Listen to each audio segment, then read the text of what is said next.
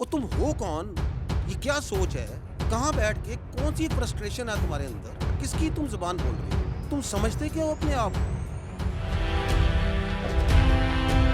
अस्सलामु अलैकुम। ये है NK न्यूज। आज की सबसे अहम खबर, ISPR ने इमरान खान के हालिया बयानों पर सख्त रद्दे अमल दिया है और उनके लहजे को नेशनल सिक्योरिटी थ्रेट करार दिया है। प्रेस रिलीज की वर्डिंग काफी स्ट्रॉन्ग है और इसके सियासी असरात भी बड़े हो सकते हैं। ISPR के मुताबिक इमरान खान की एंटी आर्मी रिटोरिक अब सिर्फ सियासत नहीं रही, बल्कि मुल्क के दिफाई निजाम को कमजोर करने की कोशिश है। बयान में कहा गया कि किसी भी शख्स की जाती ईगो और पर्सनल ग्रीवियंसेस स्टेट इंटरेस्ट से ऊपर नहीं हो सकती। ISPR का दावा है कि सोशल मीडिया पर चलने वाला एंटी आर्मी नैरेटिव सिर्फ अंदर से नहीं बल्कि बाहर से भी एम्पलीफाई किया जा रहा है। कुछ फॉरेन प्लेटफॉर्म्स और अकाउंट्स इस मुहिम को पुश कर रहे हैं, जिसका मकसद लोगों और फौज के बीच दरार पैदा करना बताया गया है।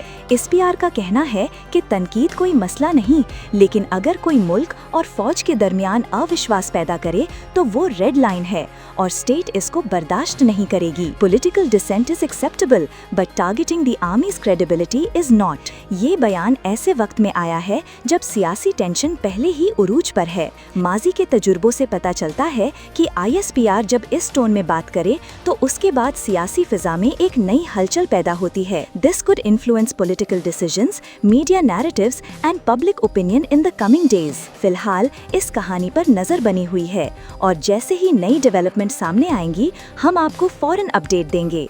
जुड़े रहिए NK न्यूज के साथ।